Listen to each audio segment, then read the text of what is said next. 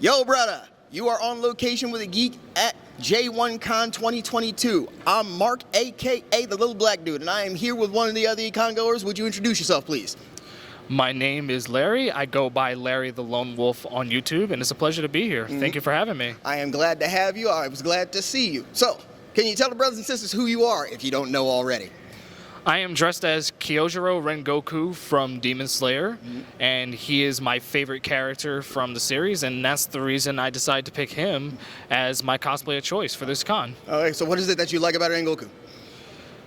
He's the one thing I love most about him in comparison to the other Hashira is that he's just genuinely an amazing human being. Like, he was one of those characters where he would look out for other people more than he would look out for himself, and he was like he had so much energy and charisma that it was like, you know, everybody couldn't help but just be around him. His personality was like very intoxicating, and seeing what he went through during Mugen Train just shows the amount of bravery that he had, you know. His enthusiasm does it for me, I can definitely say, and I agree with you. Yeah, absolutely. And I don't mean to spoil it for anyone who's never seen it, but you know, his sacrifice in Mugen Train just left a tear in my eye, and I think because of that, he's a true hero. Wonderful, wonderful. How long have you been cosplaying?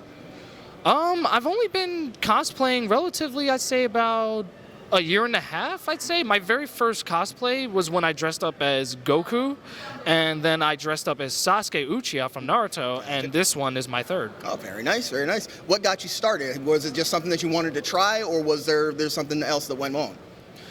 I would say it's I would say it's like a combination of just seeing a lot of friends who also love anime as much as I do, who are also cosplayers as well, and some of them have even started making a living just doing that. Very cool. And I thought to myself, that's cool. Like, being able to dress up as your favorite character and getting paid to do so, it's wonderful. But for me, I feel like what's more important is just cosplaying just for the fun of it. I mean, if it ever gets to a point where you do want to make money from doing it, that's cool. But I think the most important aspect of being a cosplayer is just enjoying it. You know, you always want to make sure that you have fun with what you do. Yes, absolutely. When you are into what you're doing, it makes it so much more meaningful for you to begin with. So I love the fact that you were saying it's something that you do for your enjoyment. Oh yeah, absolutely.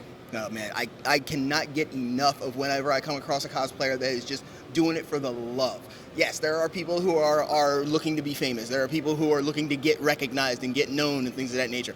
But when you're just doing it because you love to do it, that makes such a big difference. One of the things that I love particularly as a cosplayer is just seeing everybody's reaction. It's like I'm one of those guys where I just simply, dress up for the fun of it. You know, I'm not one of those guys who's craving for attention, but the amount of love and support I get from everyone just from dressing up as their favorite character. Like, I have kids coming up to me asking for a photo. Like, last night, I remember I had this one kid who thought my cosplay was so awesome. I was just only sitting at a table with my friends and my cousin, who's right here today with us, and this kid was like, "Can I get a photo with you?" I was like, "Sure." He says, "You look so awesome." I'm like, "Thank you." I'm like, "You're awesome yourself."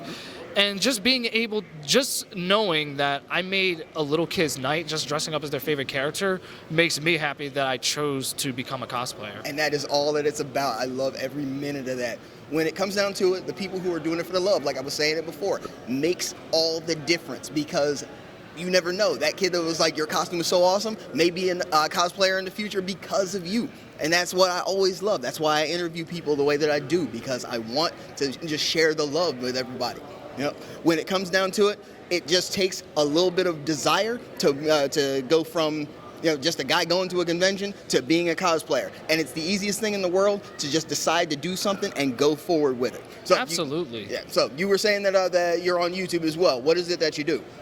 I primarily do a lot of gaming-related content. I'm mostly focused on doing Let's Plays of like old school video games. Very cool. Sometimes I also throw in like some of the new school stuff like Nintendo Switch or PS4, PS5, and I also do top 10 list videos I actually have an upcoming one that's going to be uploaded pretty soon on my top 10 favorite fighting games of all time. Be on the lookout for that.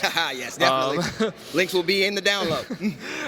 But I also do video essays where I would kind of take a topic of discussion and kind of elaborate on my personal takes on it. Like, for example, there was this one video essay I was planning on Naruto where I talk about what would happen if the character Rin had never died.